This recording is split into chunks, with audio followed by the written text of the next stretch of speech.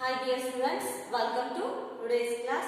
In our previous classes, we have already studied about some of the gymnosperms and also their characteristics. Okay, and in this class, we will learn about the continued portion of the five kingdoms of organisms. ಹೌದಾ?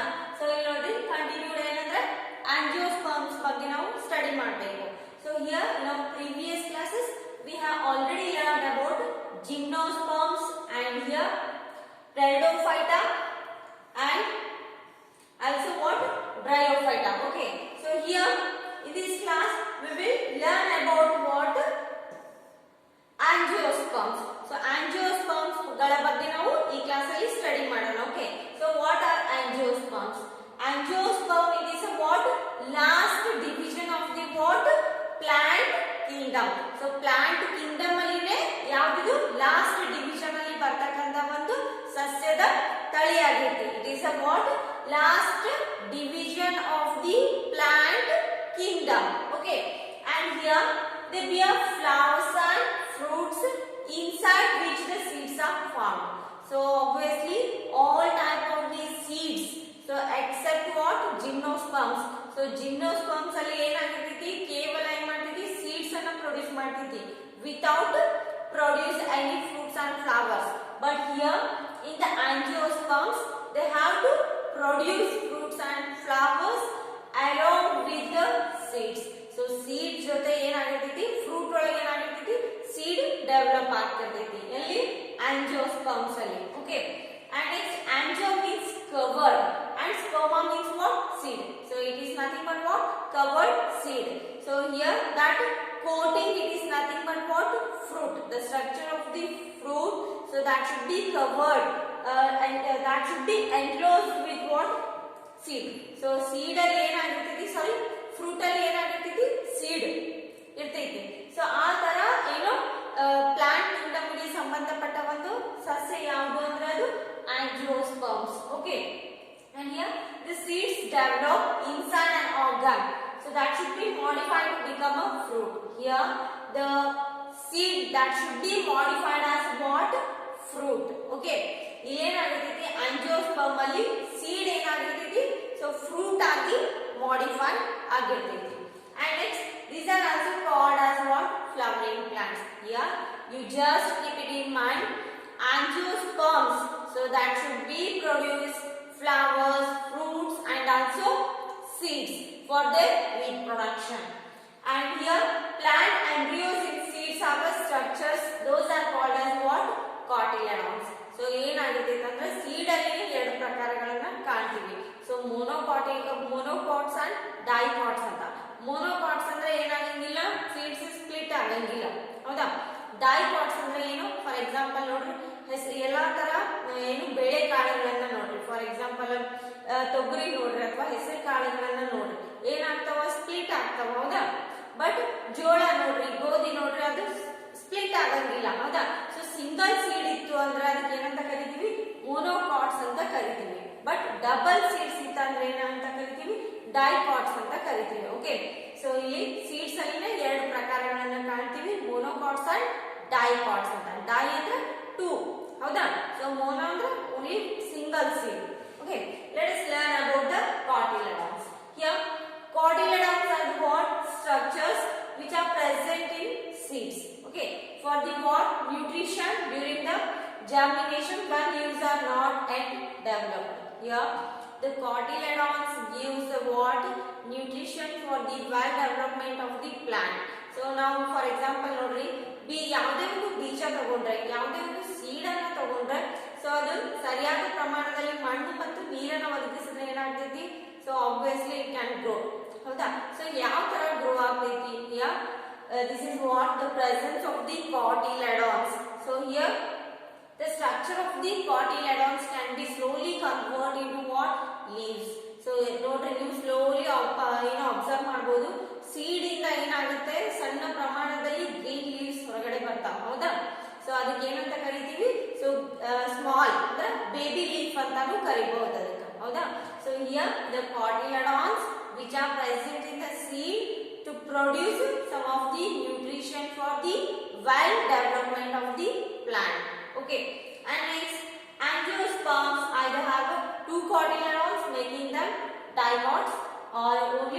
making them monocot.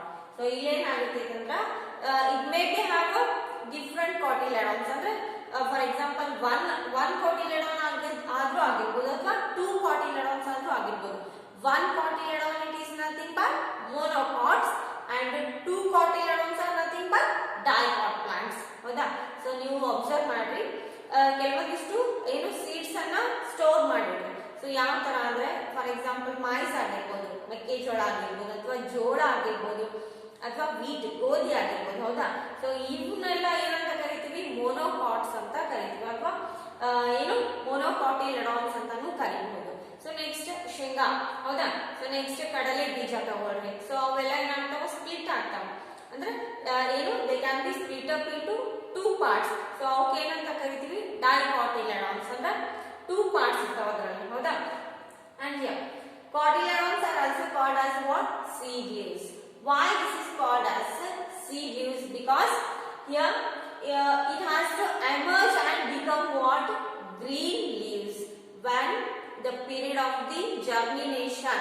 So ಯಾವಾಗ ಬೀಜದಿಂದ ಏನು so ಒಂದು ಸಣ್ಣದಾದಂತ ಚಿಗುರು ಹೊರಗೆ ಬರ್ತೈತಲ್ಲ, so ಅದಕ್ಕೆ ಏನಂತ ಕರಿತೀವಿ, ಜರ್ಮಿನೇಷನ್ ಪ್ರೊಸೆಸ್ ಅಂತ ಕರಿತೀವಿ. ಅಂದ್ರೆ ಯಾವುದೇ ಒಂದು ಬೀಜ ಬಿತ್ತಿದ್ರೆ ಏನಾಗುತ್ತೆ, so slowly it can be germinates. So after 1 day 2 day 3 days so ಏನಾಗುತ್ತೆ, so the cotyledon has to produce what? Baby leaf. So ಸಣ್ಣ ಪ್ರಮಾಣದಲ್ಲಿ ಗ್ರೀನ್ ಲೀಫ್ ಸ್ಟ್ರಕ್ಚರ್ ಕಾಣಿಸುತ್ತೆ ನಮಗೆ. ಹೌದಾ? So that process is called as what? Germination. Slowly plant ಏನು ಬೆಳೀತಿರ್ತಾವಲ್ಲ ಅದಕ್ಕೆ ಏನಂತ ಕರಿತೀವಿ, germination process ಅಂತ ಕರಿತೀವಿ. Okay.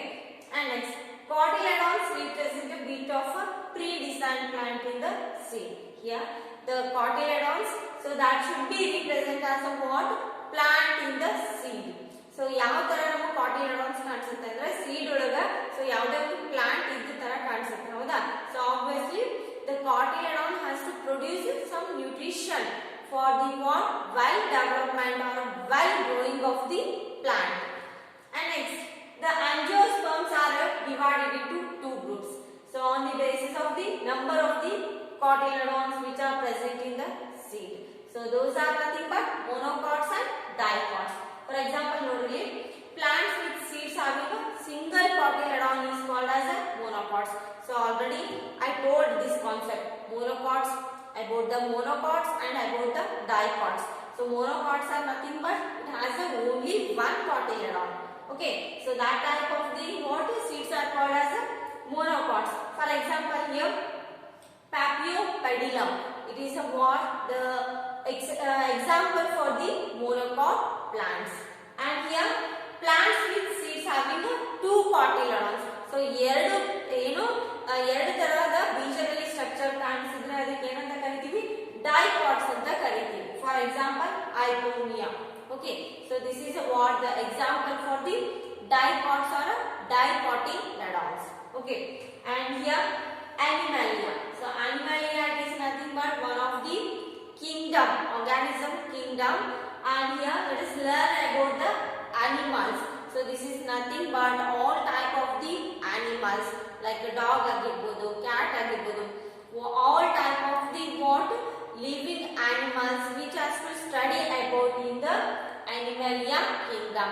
So Animalia kingdom ಅಲ್ಲಿ ಏನನ್ನ ಎಲ್ಲಾ ತರಹದ ಪ್ರಾಣಿಗಳ ಬಗ್ಗೆ ಏನು ಮಾಡ್ತೀವಿ, ಸ್ಟಡಿ ಮಾಡ್ತೀವಿ. Okay, and here kingdom Animalia is made up of what?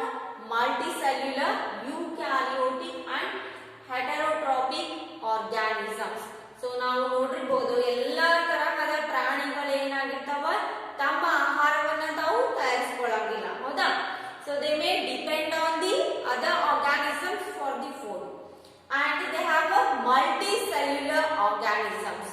And also they are eukaryotic animals. Eukaryotic means it is nothing but it has a nucleus. And also for example multicellular andrenu, so it has a different types of the cells in the body. Like nodri ಮನುಷ್ಯನಲ್ಲಿ ನೋಡ್ರಿ, so ಯಾವುದೇ food digest ಆಗ್ಬೇಕಂದ್ರೆ ಏನಾಗುತ್ತೆ, so ಎಲ್ಲಾ ತರಹದ cells ಕೂಡ involve ಆಗ್ತಾವ. ಹೌದಾ? ಸೊ ಅದೇ ತರ ಎಲ್ಲಾ ತರಹದ ಪ್ರಾಣಿಗಳಲ್ಲಿ ಏನಾಗಿರ್ತಾವ, ಸೊ ಸಾವಿರಾರು ಜೀವಕೋಶಗಳು ಇರ್ತಾವ. ಹೌದಾ? And next they are heterotrophs. Heterotrophs are nothing but so they have depend on the other organisms for the food. And next, they do not have a cell wall. Cell wall ಎದ್ರಲ್ಲಿ ಇರ್ತೈತಿ only ಪ್ರೋಕ್ಯಾರಿಯೋಟ್ಸ್ ಅಲ್ಲಿ cell wall ಮತ್ತು cell membrane ಅನ್ನ ನೋಡ್ತೀವಿ. But ಯೂಕ್ಯಾರಿಯೋಟ್ಸ್ ಅಲ್ಲಿ ಏನು ನೋಡ್ತೀವಿ? ಕೇವಲ nucleus ಅನ್ನ ನೋಡ್ತೀವಿ. Okay, and here most animals are mobile. They can move independently in search of the food and shelter. Obviously, here all type of the animals, they have what they have to show some different moments for the what, for the searching of the food, or for the searching of the protection from the what enemies. So enemies in the protection ಮಾಡ್ಕೋಬೇಕಂದ್ರೆ ಏನು ಮಾಡ್ತೀವಿ? So they need what, some shelters, and also they need what, food also. ಹೌದಾ? So ಆಹಾರನೂ ಬೇಕು ಮತ್ತು so ಸರಿಯಾದ ರೀತಿಯಲ್ಲಿ ಅವಕ್ಕೆ ಏನು ಪ್ರೊಟೆಕ್ಷನ್ ಸಲುವಾಗಿ ಶೆಲ್ಟರ್ ಕೂಡ ಬೇಕು. ಹೌದಾ? ಸ್ಥಳನೂ ಬೇಕು. ಸೊ ಅದರಿಂದ ಏನ್ ಮಾಡ್ತಾವ? ಎಲ್ಲಾ ತರಹದ ಪ್ರಾಣಿಗಳು ಏನ್ ಮಾಡ್ತಾವ? With the help of they moving organ, so they have to move from different place for the protection and also for the survival of their life. And its animals are made up of many organ system, so that can be perform a different what function for the survival of their life. So here we just need to know about this concept. So all type of the animals have a different organs. So nodri cats ಗೆ ಏನಿರುತ್ತೆ? dogs ಗೆ cat ಅಥವಾ dogs ಗೆ legs ಇರ್ತಾವ. ಹೌದಾ? Next ice ಇರ್ತಾವ, next stomach.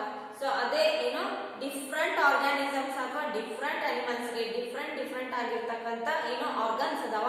ಎದ್ರ ಸಲುವಾಗಿ ಅಂದ್ರೆ ಪ್ರೊಟೆಕ್ಷನ್ ಸಲುವಾಗಿ ಆದ್ರೂ ಆಗಿರ್ಬೋದು ಅಥವಾ ಫುಡ್ ಸಲುವಾಗಿ ಆದ್ರೂ ಆಗಿರ್ಬೋದು. ಹೌದಾ? And here next one is what? Porifera. Here this phylum consists of the what? Sponges. So here this is one of the what? Organism kingdom, and here this has only what? Sponges. Sponges are nothing but what? Spores. ಅಂದ್ರೆ so tooth ಆಗಿರುವಂತ structure ಅನ್ನ ಒಳಗೊಂಡಿರ್ತೈತಿ. ಯಾವುದು? Porifera. And they are mostly marine, very few are fresh water. So here this type of the what organisms may found in the marine water. ಅಂದ್ರೆ ಜಾಸ್ತಿ ಉಪ್ಪು ನೀರಿನಲ್ಲಿ ಏನಿರ್ತಾವ ಈ ತರಹದ ಪ್ರಾಣಿಗಳು ಕಂಡು ಬರ್ತಾವ. But some of the poriferas are found in the fresh water. So ಕೆಲವೊಂದಿಷ್ಟು ಪೊರಿಫೆರಾ ಏನ್ ಮಾಡ್ತಾವ? ಫ್ರೆಶ್ ವಾಟರ್ ಅಲ್ಲಿ ಕಂಡು ಬಂದ್ರೆ, ಇನ್ನು ಕೆಲವೊಂದಿಷ್ಟು ಪೊರಿಫೆರಾ ಅನ್ನೋ ಕಿಂಗ್ಡಮ್ ಗೆ ಸಂಬಂಧಪಟ್ಟಂತಹ ಆರ್ಗಾನಿಸಮ್ಸ್ ಮ್ಯಾರಿನ್ ವಾಟರ್ ಅಲ್ಲಿ ಅಂದ್ರೆ ಉಪ್ಪು ನೀರಿನಲ್ಲಿ ಇರ್ತಾವ. And here animals are diplobastic with outer ectoderm and also inner endoderm, and here held with a gel-like mesoglia. It has what? 2 layers. So this type of the Porifera kingdom animals have 2 layers of the skin. So which are called as what? Diploblastic ಅಂತ ಕರೀತೀವಿ. ಅಂದ್ರೆ ಎರಡು ತರಹದ skin ಅನ್ನ ಒಳಗೊಂಡಿರ್ತಾವ. So outer ectoderm ಮತ್ತು inner endoderm ಅನ್ನೋ ಅಂದ್ರೆ so skin ಅಲ್ಲಿ ಔಟರ್ ಅಂದ್ರೆ ಹೊರಗಡೆ ಸ್ಕಿನ್ ಮತ್ತು ಒಳಗಡೆ ಸ್ಕಿನ್. ಸೊ ಎರಡು ತರ ಸ್ಕಿನ್ ಇರೋದ್ರಿಂದ ಇದಕ್ಕೆ ಏನಂತ ಕರಿತೀವಿ? ಡಿಪ್ಲೋಬ್ಲಾಸ್ಟಿಕ್ ಅಂತ ಕರಿತೀವಿ. And here that 2 layers can be held with what? Mesoglial gel. So mesoglial gel ಅನ್ನು ಕೂಡ ಆ skin ಒಳಗೊಂಡಿರ್ತೈತಿ. And here sponges have pores all over the body. So sponges are nothing but pores. ಅಂದ್ರೆ ಸಣ್ಣ ಸಣ್ಣ ತೂತಿನ ಆಕಾರದಲ್ಲಿ ಏನಿರ್ತಾವ? Force ಇರ್ತಾವ. ಅಂದ್ರೆ ಅವರ ಬಾಡಿ ಮೇಲೆ. ಸೊ ಪೊರಿಫೆರಾ ಬಾಡಿ ಮೇಲೆ ಏನಿರ್ತೈತಿ? ಸಣ್ಣ ಸಣ್ಣ ತೂತಿನ ಆಕಾರದ ಸ್ಟ್ರಕ್ಚರ್ ಇರ್ತೈತಿ. Okay, and here that pores are called as what? ಆಸ್ಟ್ರಿಯಾಲಿಕಾ. ಸೊ ಆಸ್ಟ್ರಿಯಾಲಿಕಾ ಅಂತ ಕರಿತೀವಿ. ಸೊ ಆ ಸಣ್ಣ ಸಣ್ಣ ತೂತುಗಳಿಗೆ ಸೊ ಪೊರಿಫೆರಾ ಆರ್ಗಾನಿಸಮ್ ಅಲ್ಲಿ ಅದರ ಸ್ಕಿನ್ ಮೇಲೆ ಕಂಡು ಬರ್ತಕ್ಕಂತ ಸಣ್ಣ ತೂತುಗಳಿಗೆ ಏನಂತ ಕರಿತೀವಿ? ಆಸ್ಟ್ರಿಯಾಲಿಕಾ ಅಂತ ಕರಿತೀವಿ. Okay, and here exoskeleton in the form of the spicules which are made up of the silica or calcium carbonate. So these type of the animals are what? Exoskeleton. ಅಂದ್ರೆ ನಮ್ಮ ಬಾಡಿಯಲ್ಲಿ ಯಾವ ತರ ಇಂಟರ್ನಲ್ ಸ್ಕೆಲಿಟನ್ ಅಂದ್ರೆ ನಮ್ಮ ದೇಹದ ಒಳಭಾಗದಲ್ಲಿ ನಾವು ಸ್ಕೆಲಿಟನ್ ಸ್ಟ್ರಕ್ಚರ್ ಅನ್ನ ಕಾಣ್ತೀವಿ. ಬೋನ್ಸ್ ಅನ್ನ ನಮ್ಮ ದೇಹದ ಒಳಭಾಗದಲ್ಲಿ ಕಾಣ್ತೀವಿ. ಬಟ್ ಈ ತರ ಪೊರಿಫೆರಾ ಅನ್ನೋ ಒಂದು ಆರ್ಗಾನಿಸಮ್ಸ್ ಅಲ್ಲಿ ಹೊರಭಾಗದಲ್ಲಿ ಏನಿರ್ತೈತಿ? ಸೊ ಅದ್ರದ್ದು ಸ್ಕೆಲಿಟನ್ ಅಂದ್ರೆ ಬೋನ್ಸ್ ಏನಾಗಿರ್ತಾವ? ಹೊರಗಡೆ ಇರ್ತಾವ. ಸೊ ಅದಕ್ಕೆ ಏನಂತ ಕರಿತೀವಿ? ಎಕ್ಸೋಸ್ಕೆಲಿಟನ್ ಅಂತ ಕರಿತೀವಿ. And here that skeleton that is made up of silica or calcium carbonate. So ಅದು ಏನು ಹೊರಗಡೆ ಇರ್ತಕ್ಕಂಥ ಸ್ಕೆಲಿಟನ್ ಪಾರ್ಟ್ ಏನಿರುತ್ತಲ್ಲ ಕ್ಯಾಲ್ಸಿಯಂ ಕಾರ್ಬೋನೇಟ್ ಅಥವಾ ಸಿಲಿಕಾ ಇಂದ ಮಾಡಲ್ಪಟ್ಟಿರ್ತೈತಿ. And next water from outside enters the body through ostia and leaves to one large opening called as a ostia. So ಈ ತರ ಪಾರಿಫೆರಾ ಅನ್ನೋ ಕಿಂಗ್ಡಮ್ ಗೆ ಸಂಬಂಧಪಟ್ಟ ಪ್ರಾಣಿಗಳು ಏನ್ ಮಾಡ್ತಾವ, most of the what porifera animals found in marine water and they have to what if they have to need a food, they have to enter, so they need a water or they can get a water through the ostia ಅಂದ್ರೆ ಸಣ್ಣ ತೂತುಗಳ ಸಹಾಯದಿಂದ ಏನ್ ಮಾಡ್ತಾವ, so ನೀರನ್ನ absorb ಮಾಡ್ಕೊಳ್ತಾವ. Next excess of the water can be released through the what osculum ಅಂದ್ರೆ exit. So more water ನ exit ಮಾಡೋದು ಆಸ್ಕ್ಯುಲಮ್ ಅನ್ನೋ ಒಂದು ಸ್ಟ್ರಕ್ಚರ್ ಇಂದ ನೀರನ್ನ ಬಾಡಿಯಲ್ಲಿ ಇರ್ತಕ್ಕಂಥ ನೀರನ್ನ ಹೊರಗೆ ಹಾಕ್ತೈತಿ. ಸೊ ಇನ್ ಕೇಸ್ ಹೊರಗಡೆ ಇರ್ತಕ್ಕಂಥ ನೀರ್ ಏನಾದ್ರೂ ಬೇಕಾಗಿತ್ತು ಈ ತರ ಏನು ಪಾರಿಫೆರಾಟ್ ಅಂದ್ರೆ ಏನ್ ಮಾಡ್ತೈತಿ, ಆಸ್ಟ್ರಿಯಾ ಅಂದ್ರೆ ಆಸ್ಟ್ರಿಯಾ ಸಹಾಯದಿಂದ ನೀರನ್ನ ಒಳಗಡೆ ದೇಹದ ಒಳಗಡೆ ಸೇರಿಸ್ಕೊಳ್ತೈತಿ. ಸೊ ಬೇಡವಾದಂತ ನೀರನ್ನ ಏನ್ ಮಾಡ್ತೈತಿ, ಆಸ್ಕ್ಯುಲಮ್ ಸಹಾಯದಿಂದ ಹೊರಗೆ ಹಾಕ್ತೈತಿ. Okay, and just I am telling you one more time, porifera ಅನ್ನೋದು ಒಂದು ಏನು ಪ್ರಾಣಿಯ ಅಥವಾ ಒಂದು ಆರ್ಗಾನಿಸಮ್ಗೆ ಸಂಬಂಧಪಟ್ಟಂತ ಒಂದು ಕಿಂಗ್ಡಮ್ ಆಗೈತಿ. And here this type of the poriferas are found in the marine water are some of the poriferas are found in the fresh water also. Okay, and here they have a spore like structure ಅಂದ್ರೆ ಅದ್ರ ಮೇಲ್ಗಡೆ ಏನಿರ್ತಾವ ತೂತುಗಳನ್ನ ಕಾಣ್ತೀವಿ. And here so this is what exoskeleton animal ಅಂದ್ರೆ ಹೊರಗಡೆ ಏನಿರ್ತೈತಿ skeleton structure ಇರ್ತೈತಿ. Okay, and here that skeleton is made up of what, calcium carbonate or silica ಇಂದ made up ಆಗಿರ್ತೈತಿ. Okay, and this is about what, porifera. And here next one is what, coelenterata. So about the coelenterata we will study in our next class. So ನಿಮಗೆ ಏನಾದರೂ doubts ಇದ್ರೆ so ನೀವು ಕಾಲ್ ಮಾಡಿ clear ಮಾಡ್ಕೊಳ್ರಿ. So ಒಂದ್ಸಲ ತಿಳಿಲಿಲ್ಲ ಅಂದ್ರೆ 2 ಸಲ ಅಥವಾ 3 ಸಲ ವಿಡಿಯೋನ ಸೊ ವಾಚ್ ಮಾಡ್ರಿ. ಸೊ ಅಂದ್ರೆ ಮಾತ್ರ ತಿಳಿತೈತಿ lesson. Okay, so next about the remaining concept will continue in our next video.